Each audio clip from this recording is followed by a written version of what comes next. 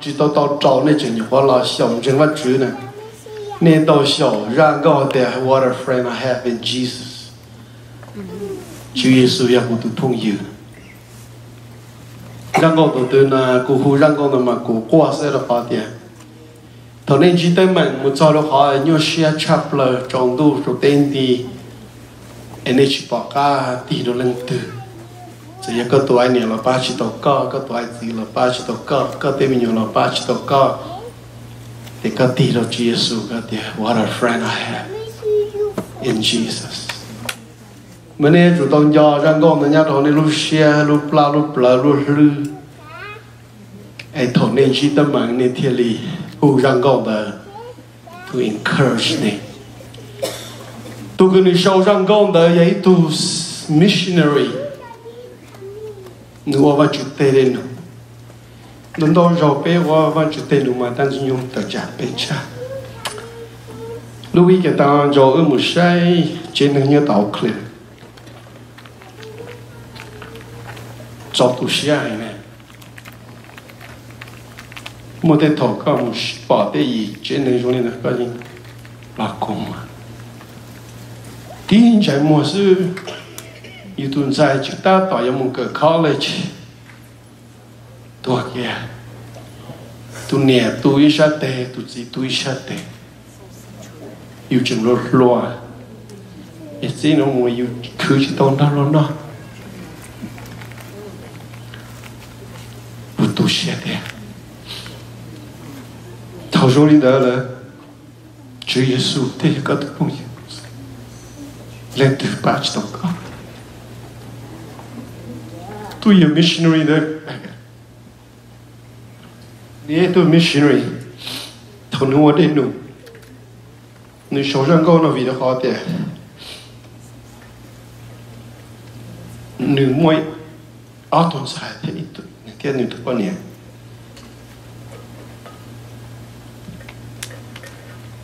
nếu tôi rồi bao là ta cầu chỉ nếu xa như tôi quan niệm thế tụi mình ở tụi nhiều vấn đề một doanh đã gọn sạch tốt ta giờ có bây giờ cho vào chú trèo là cái giờ muốn gì giờ tổ Chúa Giêsu mới chịu phong hiểm thì có cơ cho Chúa Giêsu chơi thì có cơ thi được cả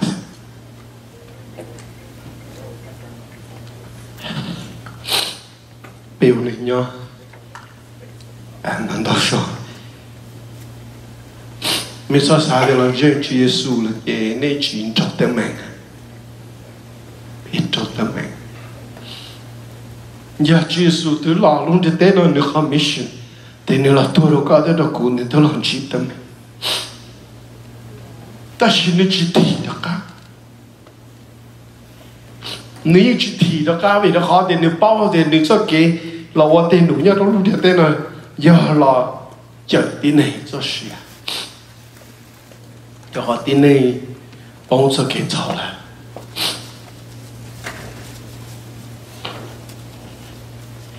nên chủ bao cái vào là cú nhau rồi Yohan trong bên cái cột trâu một sao trong cái nâng cầu ngay vào là cú đỡ bên chúa tôi chủ tổ bao ngay vào là cú đỡ địa và chủ nữ lưu tin hình địa tây cần cầu For God so loved the world He gave His one and only Son nhưng mà người tí lên tu cần lưu chấp lại so that everyone who believes in Him will not perish. Ai có chút chua tu cơ đến tranh Chúa Giêsu là người lên tu đời yo chỉ trâu kế block kế tua but have eternal life thì chỉ muốn cho hiện đấy thơ mũi chỉ Ai có xa này that God sent His Son into the world not to judge the world nếu mà Chúa Sa nữa tí lên tu đó là cho luôn đi tên nó chỉ là chỉ cho luôn đi tên nó but to save the world through Him thì chỉ chờ luôn đi tên nó làm để nó tu Chúa Giêsu There is no judgment against anyone who believes in him. Cái câu gì nữa đây? Chỉ muốn ít cho cái yếu chỉ judgment against. Hay là chỉ muốn ít cho cái chỉ cho ít tu tư cho cái chồng nhau luôn đi tới nó do tuân đạo nữ lòn trên Chúa Giêsu là. Today your judgment is cancelled because your faith is in Jesus Christ. Nếu là nên cho cái chồng và Chúa giả tạo đó thì whatever years that you born to this day and whatever years you're gonna live, it's all been cancelled. Amen. No judgment against anyone who believe in Jesus. Chỉ muốn ít cho cái yếu chiến sĩ đó có nhớ hậu tu Chúa Giêsu. But anyone who does not believe in him has already been judged for not believing in God's one and only Son.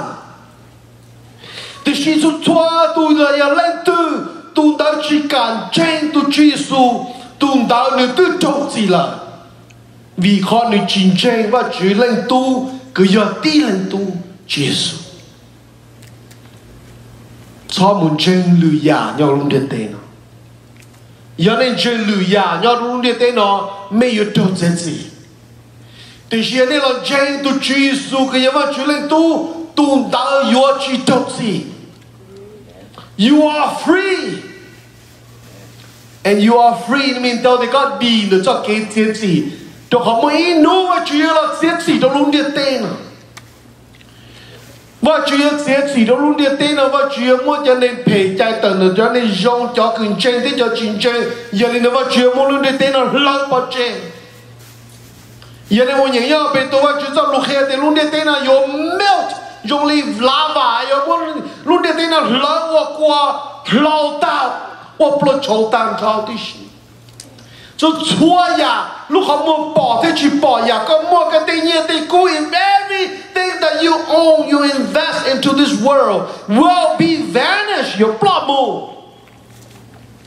It will be disappeared. Whether you like it or not, thì có nhẹ, có chỉ nhẹ, thì có chỉ lưu là người your blood move. Cho chua ya, nhau luôn đi tên là người temporary, người iblia, thiên hệ yêu sự. Rồi cái anh chân bố lý cha loại yêu chính thức cả nhau. Rồi cái chính cha loại chính thức cả nhau. Em nói chúng ta lúc đấy khi nó bé cái bé chủ động Chúa Giêsu bé thì liền mua vào Chúa lúc đấy chờ.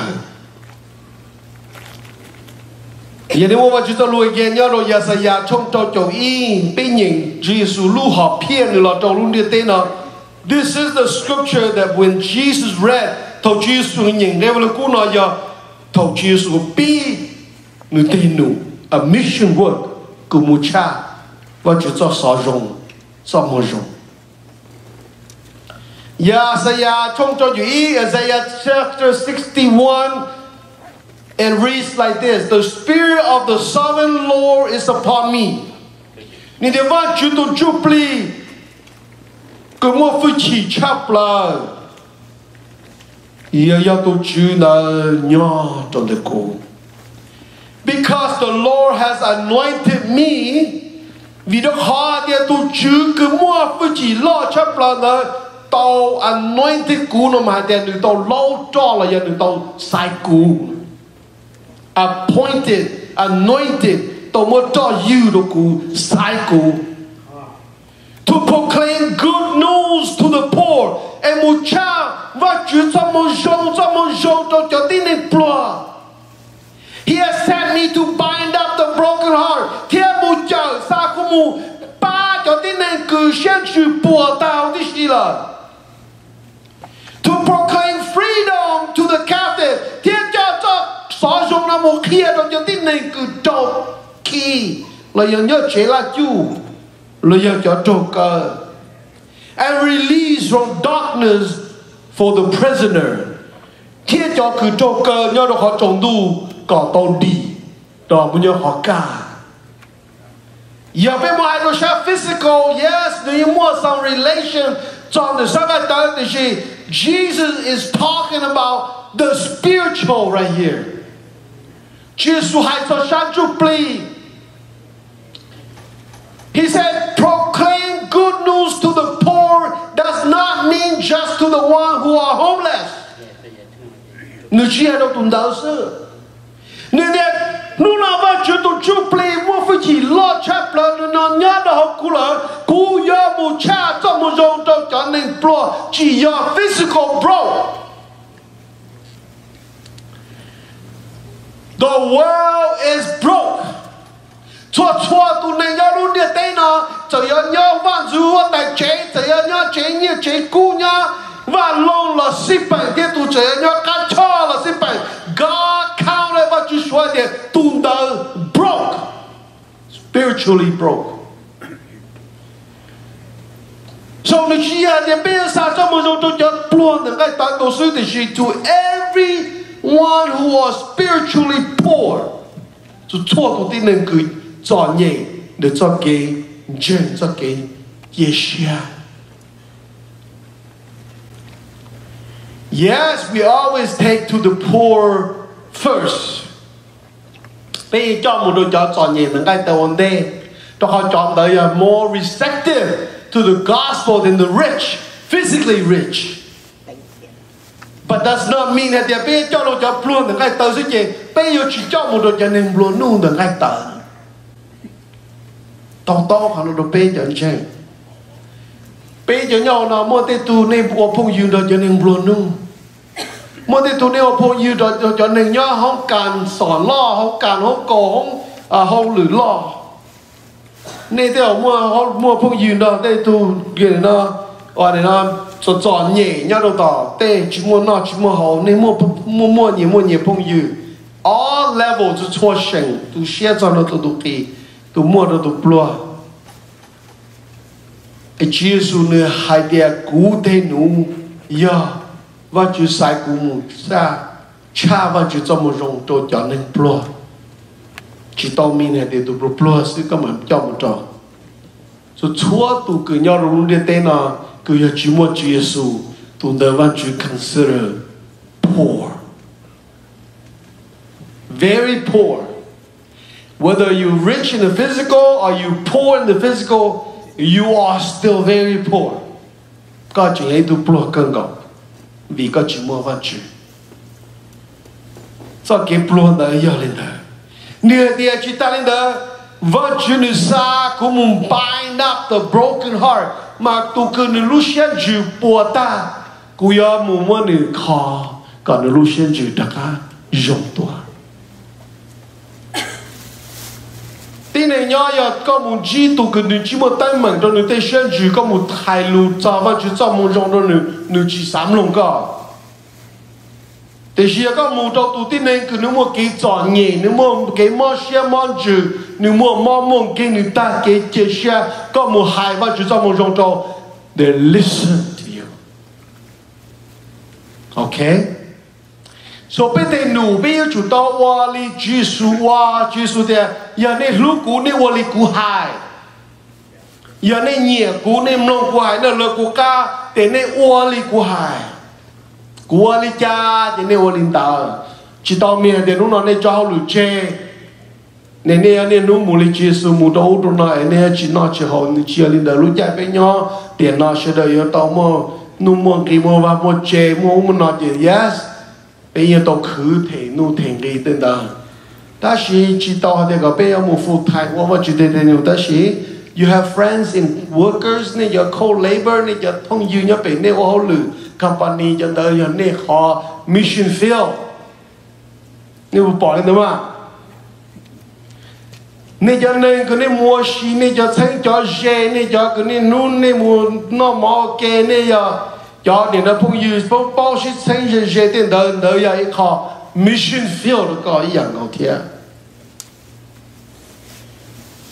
Nên đó họ này mù thế rồi này cũng chỉ tao mua phong mua yêu thì mà thế luật cho nên mù đó tọt tê, nên mù chi tụ nó này cũng chỉ tao mua phong yêu là nên mù chi là không đời nên họ mission field ý dạng. So wherever you go, có một họ tự see, có tê sinh tê chế tê phong tê yêu tê coworker, họ tự là shipper. đời bộ lần do có họ mission field có họ hậu lử cái văn chữ có yêu sự đó cha và chữ cho một số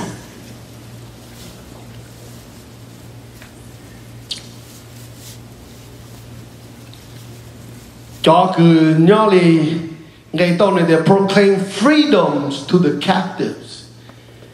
Họ nói như relate specific cho cứ mà cơ đeo cho nhớ tòn chế là chu cho đời này cú giờ cho captive là cho cứ cho cơ. Thì chỉ biết cho tụi cho tin này nhớ đúng điều tên là cứ they are spiritually captive. Nên bố lên đời thế. Nhưng bố thì nó đó rồi. We are free. I mean, we walk on the street, we drive.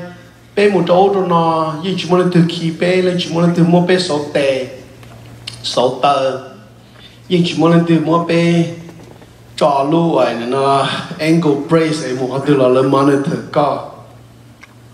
Thì xí, giờ bé ở đây trong sai cho cứ ít chia bé nhau luôn để tên là we are being captive by the spiritual force. Là giờ ra chỉ dùng từ mua bé chống tu nó khi tao là mua. Em bé yêu chủ tao pray để có cho bé một khi cho một trong trâu cho tin nên cứ trâu đã một khi nữa có lời đi. And that's how their chain can be broken through the power of prayer and the power of the word of proclamation. Cứ có một cha và chỉ cho một trong lên nó lên trên lên tại yêu Giêsu, then break their chain of slavery to the sins of the world. Họ đời ít họ proclaim freedom to the captives. Yeah, chẳng tiền bây giờ nó giờ một sai nên là chiều bây một sai chỉ lại ở nơi bao nó cho prison nhân đã giờ bây giờ nó chỉ muốn là để nó was certified credential bây chỉ muốn nên giờ nó từ là để cũng muốn làm chiều là chỉ khi họ trong nó đây mua bây một khi chỉ lại à cho nên nó là cho nó cho sư phụ muốn license counseling. Here thằng đời cho chạy tụi mình tới rồi có bao tụi mình nhân đại chiều đại là cho chạy có một sai mà cái một sai là họ nói như chia specific cho trong cơ đàn chiều nữa, ok? Nhưng mua thế mà họ nói như relate cho prisoner cho mà cơ đã thế thì Jesus is talking about those who are captive in the heart. Lúc xin chỉ nó trong cơ rồi. And they need a breakout. Lớn đi để cho cái quan chùa lớn đi để cho cái cho share lớn đi để cho cái cho nhẹ lớn đi để cho cái loneliness. Because they've been captive là trong cơ rồi đó là.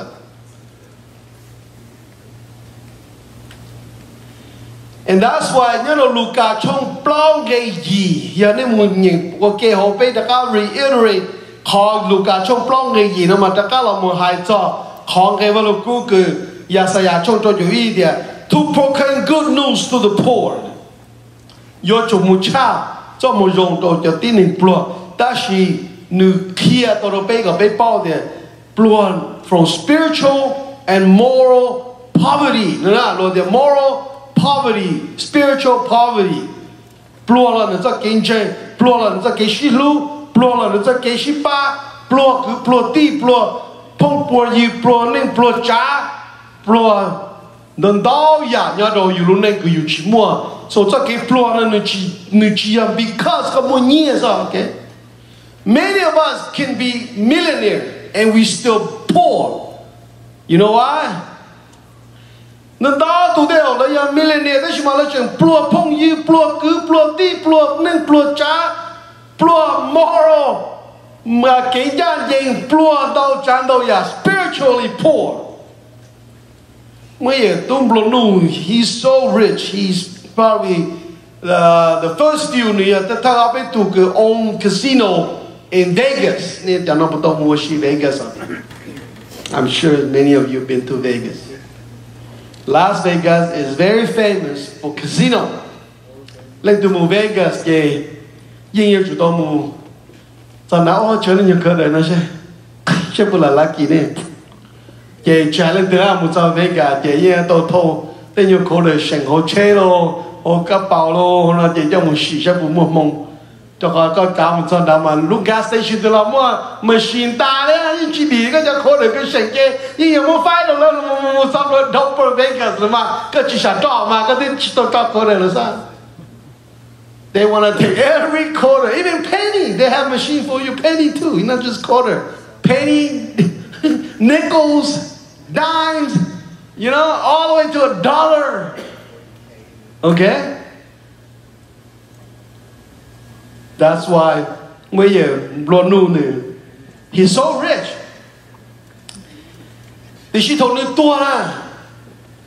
Nobody cried for him. She wanted to water him. And nobody, she wanted to do a funeral right here. He's a rich guy. He's a billionaire. He's a millionaire. He's a billionaire. He ain't name blonu. Then she told me, she wanted to go. She wanted to do a funeral. And you're only the Puchinya way to name blonu here. Tony Tola, no, then you took care of the Lu casino tu nè na director nhau nửa bên lu casino gì là đi. Oh, bây giờ chú founder bên lu casino tu là give them a 5-minute silence. Chỉ là thi là giờ bị chơi,用过7 seconds cho 5 seconds hai lu. Ta 7 seconds gì? Okay, back to work. That's all he get. 5 seconds silence. That's why when Jesus said, I was sent because I was anointed and I was sent to proclaim freedoms to the captive. Cho nên they're being captive by wealth. They're being captive by greed. They're being captive cho cơ là cho cái đu, cho cái chúc khẩu. Thôi cái ấy tôi nên cho khi cho cơ là cho cái đủ chỉ cả khi xe có chỉ mua phong mua yêu có chỉ mua cứ chỉ mua tí thế có chuyện nên kia là tôi chỉ cả một phong yêu nó có tôi chỉ lên phố có được họ có cái đủ theo là and giờ biết chỉ chính pha we can be a captive bây cho cơ dạng cầu theo là được bây tên nhiệt xe đâu rồi bây giờ để nhiệt chỉ cho hai lu thì nhẹ như khi chỉ tao bé không phải là từ nhau nào để nhẹ chỉ cho hai lu thì nhẹ chỉ cho khi bé nào anybody nhẹ does not talk nhẹ chỉ cho hai lu sang của các mục họ nó họ to họ bé ta chỉ有冇nhẹ bé thì có khép bé giờ thì cũng là mấy phá đô la cả chỉ nó cũng chấp lo nó thì từ số là cho nó ít phá đô la cái gì nên giờ nó cũng mới được khé là anh nhớ chỉ cho hắn luôn ta chỉ chạm đến hắn khé là chỉ hòa thông nhớ ít phá đô la đúng không because the money can keep you captive power biết không giờ cũng chỉ muốn thấy phá cũng thông cứu cho nó tiền chơi chơi rồi trả lời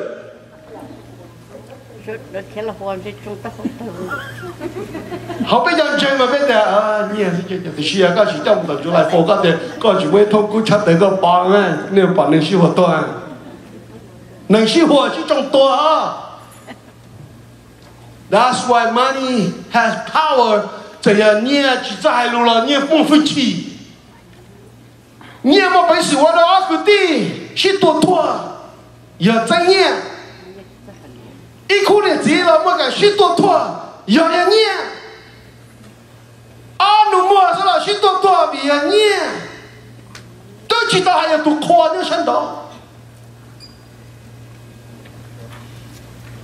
个地方，全白行业莫故事嘅，一样要做多嘞。也一5刀的，你报了吗？你有没有说没得啦？你的过去么还努力，而且再努力，但是你我都被夺到。That's what Jesus said. Proclaim the freedoms to the captive. 要不都对那你包考真了，对你的你去摸干好了，你去找去。they in charge nhẹ in charge là okay đó họ bên mong nhau luôn để tên nó chỉ hay mong chỉ hay tin nâng lên từ sự bệnh economic poverty nếu họ tay mình đồ bê gì đồ bê trò nhện đồ ngay tờ gì ô đồ bê một tay mình chỉ nhiệt gì cho họ đồ bê một tay mình họ cho họ rung lúa nu loại họ tay mình vì đó họ nhiệt gì cua đồ họ tay mình ý có so either way họ kể đời giờ họ chỉnh chỉnh đồ bê ô nâng nhau đi tên nó có bê cho đồ bao giờ họ chỉ số hay là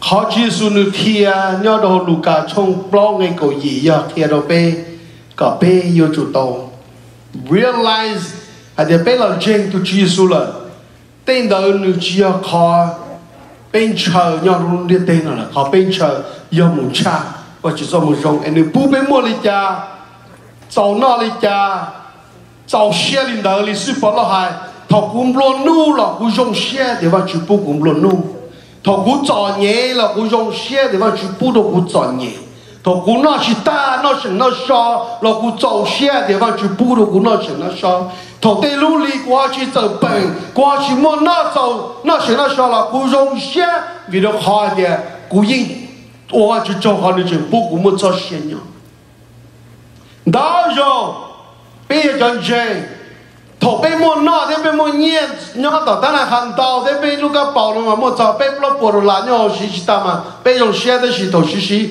他怎么会都拉了就被这起写天，差不多被这起写的好的被去么捏，了要被他起还得路途么捏。cho kia cho cái key jealousy cho cái greed lòng hòa ý họ tay mình captive rồi bên lúc share lúc chủ rồi bên lúc cho kiểu nâng nhau lúc đưa tên nó mua cái chỉ cả share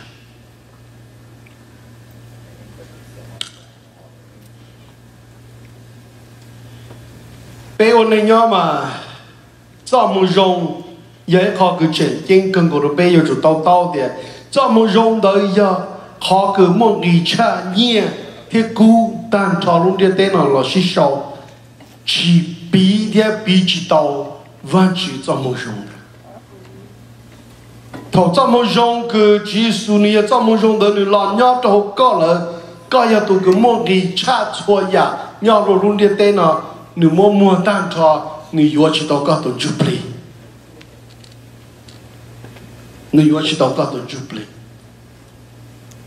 chụp đi mua cái cha chua ya nhau luôn đi tên money cannot buy your soul because có cho cái ổn định nhau đi tên có chụp bao thì có tụi chụp đi mua cái cha là that's why Jesus thế cho xe là người là cho luôn đi tên nó even though người bao ổn định thì người cho cái cho nhỉ người yên chỉ turn back.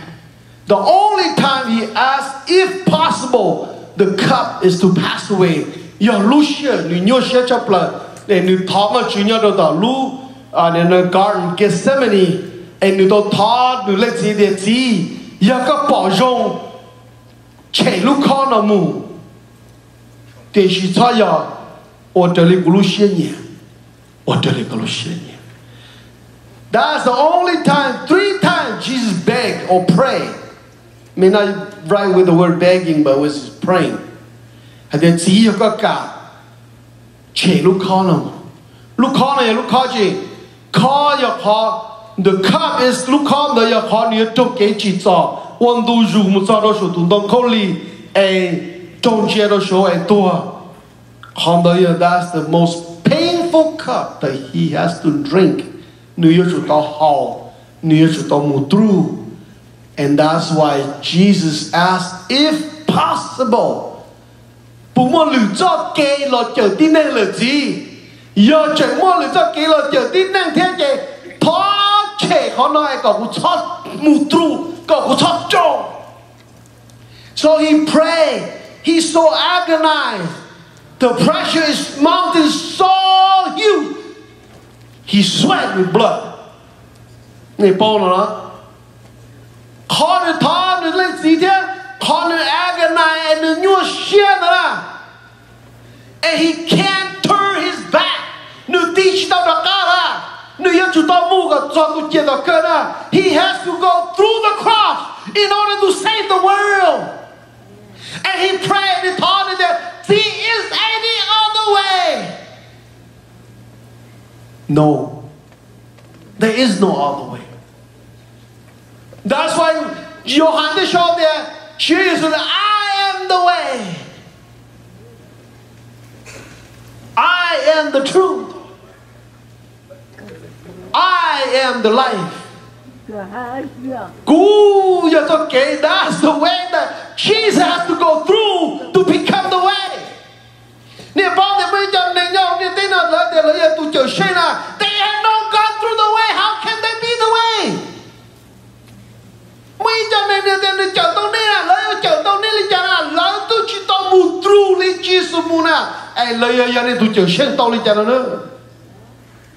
The only way to Jesus because he went through the way to the cross. And that is the most painful way. Any one of you want to try to be Jesus' salvation, be the salvation to the world? Anybody who want to say, I'm willing to give my life and I willing to die for the world? Anybody want to try? Nepal, Abraham went through a little bit, not much. When God asked, what you had Abraham, Abraham, một tí tu sẽ lưu chấp là ta tỏ mua nó nhung lý gì xong là giờ cho xong cầu xong đấy và chuyện để con lưu cụ là yes lưu cụ chấp cho nhà vào yes lưu cụ chấp cho nhà cha con tu khen thế yes bù tiền mà tiền bây giờ nhau là bây giờ hai tôi nào bây giờ hai ta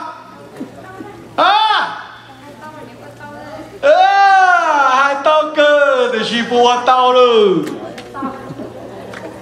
lúc họ chơi số mà hai tao cơ bây giờ họ nó này à thì để mà chuyện của lúc tiền lúc mà nó trả lúc cơ xét cơ chứ cơ đã cơ do cho phần cổ tôi chỉ tao là yêu hai một tuổi là lần từ nhau nào được tiền một tao là y phần cổ số bên tôi chỉ tao là yêu một hai tuổi làว่าจุดจี้เดี๋ยวมัวว่าจุดหนูข้างนอกแล้วฉันจะชิก้าละยังไม่ตัวละไอ้จุดสวยว่าจุดเล่นเสียเดี๋ยวก็จุดต้องมูตัวละไอ้ถอยจะรู้ใจเกย์ต้องจะเกย์คือ the Gethsemane รู้ขอจงตัวเลยยงกัน我的ต่อย有头人地公就有头人ถั่ว有头人刀头人 blood 头人我有那么的用晒movie 了要么人我就走路嘛做你的地区要 physical pains 呢 you talk about agony pain in the spirit your heart is so broken I mean so painful 用我รูปแล้วจงร้อนช้านะรู้ไหมนะไอ้ขอหนึ่งมู through the way to the cross and from the cross down to the tomb. That is when Jesus said, I become the way. Giờ là tôi chỉ tao muốn tru không đó. Lời như tôi chỉ tao muốn tru không đó. Tôi đợi người hạt tiền người cho kể đâu có. Kể như mình kia cho muốn dễ tôi đợi. Cho muốn nhỏ dễ tôi đợi. Đa giáo sư. Chúa Giêsu như thế become the way cho kỹ được có sự được họ người tao cho kỹ tua người tao cho kỹ nó vì cho kỹ tua em người thiên lý tao tua thanh co thế thanh cú giờ thì nó co thế cú thế tỷ có sự người thiên họ tranh thiên người thiên cho xe chỉ muốn lên từ tranh bộ người thiên chỉ muốn lên từ mua tàu cho xe đó nè thao là Giêsu là chỉ muốn lên từ mua tàu cho xe đó nè你穿真的保好的，你那查保还得来，我找写到那了。你穿不真的个路亚了，我都找写到那了。主要主耶稣一人天我都做些了呢，都可能木头做几多，能干好做几多，能大好做几多的个咯，哎，能马了么都做些了呢啦，你有报了啊？哎，别讲了，那都知道么做几多，都知道干好了好多，小学的别你都九生了，你九倍啊？啥90ชั่วโมง你看知道10ชั่วโมงลูก好多了，可是用什么好多个10ชั่วโมง知道干好多，哎，那90ชั่วโมง那去理哦，古人那是啦，叫技术高是了，技术天要懂干到路好多了个咯，技术天要懂么到做些了呢。tu nên tu có những cái tua nhà lên từ xưa Chúa Giêsu xưa chỉ muốn ý tu nhỏ luôn để tên nào có sợ tàu lúc họ tua được cả lò lý Chúa Giêsu sợ chạy tua ấy cha sợ mà cha là thế mà ok cho nhỏ lý cú này trong chắc chịu tỏ hết tiền đó tới tiền tua là nó chỉ mà tua cái nhớ giờ mà chú chỉ là bù chia là cái lọ gì quý tu thế mà ta chỉ đang đi chỉ tao hai cái tua đi tiền đấy Chúa Giêsu lên mà tôi đi tiền nó còn là tôi cho một phổ rồi cú đi chỉ tao phổ rồi nè tao bỏ nó chỉ tao phổ cú là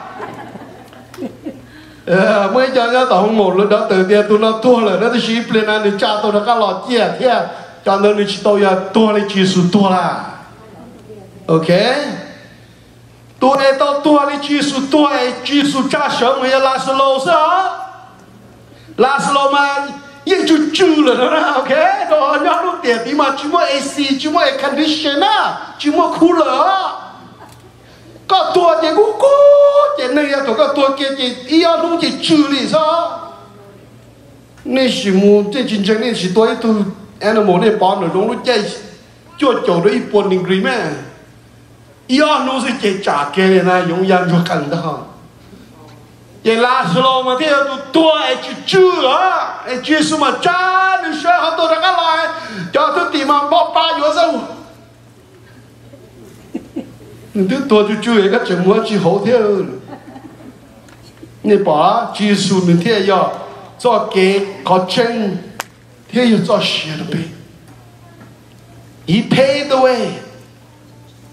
He paid the way. 就好吧，知道路你贴了呗，个呗么做给解释。The only mission that we going to work 个呗路内，但是呢，呗人真耶稣要么差这么用，个地内乱到呗，人呗都耶稣。thiên tổ cho cái kia của sự, giờ bây giờ bây tên nụ gì bây fail Jesus sao này bao nhiêu, đó họ Jesus này tôi quá được tên nụ rồi na, nước khó cứ như nhuộn này thì tôi khâu lì cái này cứ đó bị xí sự, tôi nhá của tôi cứ rồi đó bây giờ đi ra, này bây giờ này muốn nói cái vào cũng được, này thì tôi nhá của tôi cứ là, này tôi xí sự giờ thì nó là của là chân Giêsu cả của cứ Giêsu tôi mà của cha chỉ đó there's no way của cứ tổ Giêsu tôi ý thì Giêsu tôi nhà chấp lời họ lúc ăn tôi nơi ấy tại cái chầu bỏ thầu chỉ tôi yêu Giêsu nha họ lúc tên là nơi sao để bỏ thầu Adam nó cho tôi thầu yêu Giêsu là tôi ta xin nó sẽ cho bị chơi nút bị chơi ly bị chơi trong tổng tên cho cái chầu nó bỏ lấy cho Giêsu ấy tao thọ có cái cú này tôi chỉ tao hay ấy lười tu cho cái chầu là yêu ấy yêu cho tôi yêu là chỉ tao á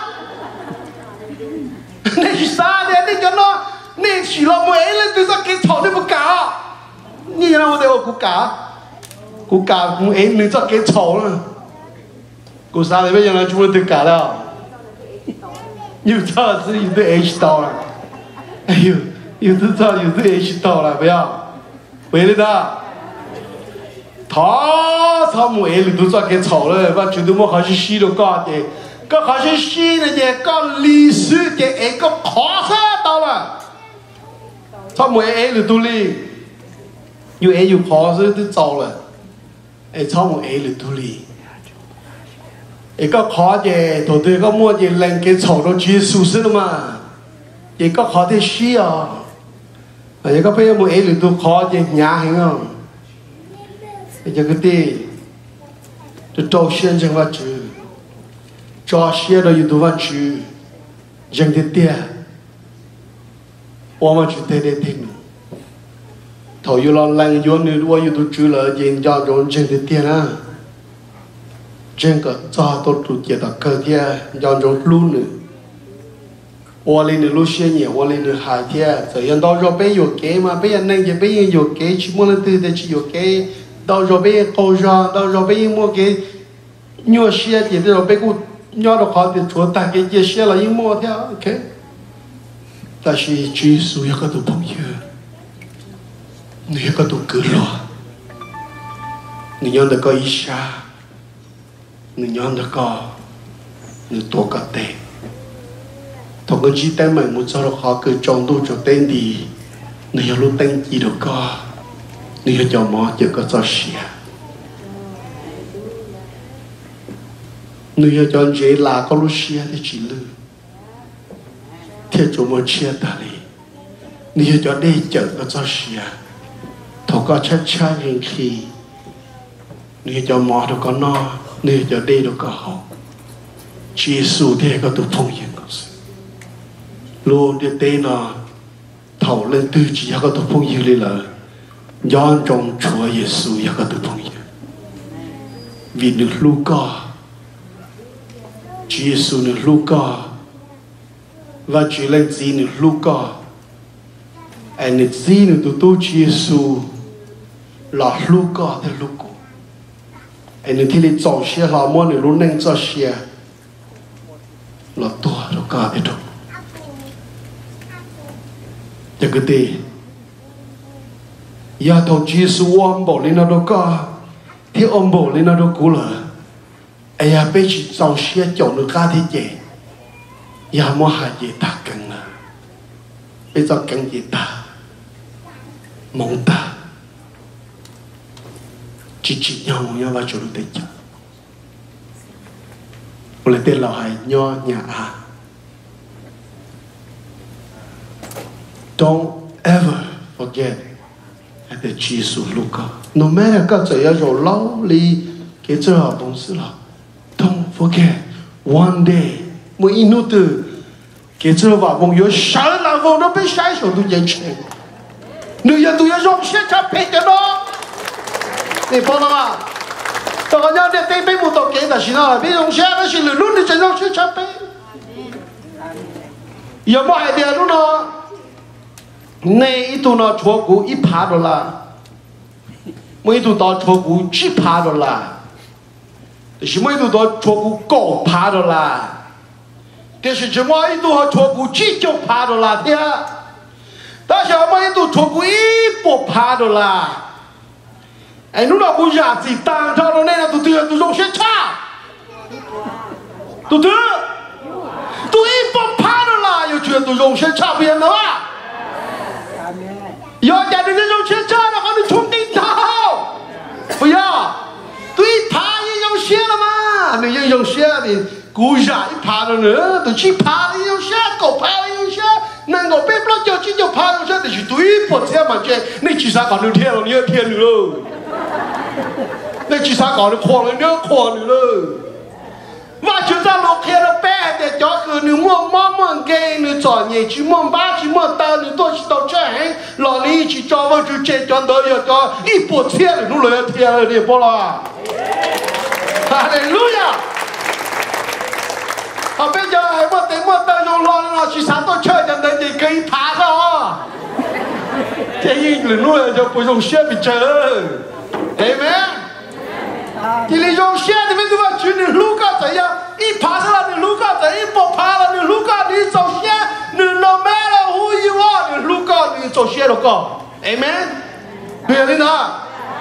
Cho chú bé, yêu thảo chú bé nó chỉ sử dụng màu kê. Amen.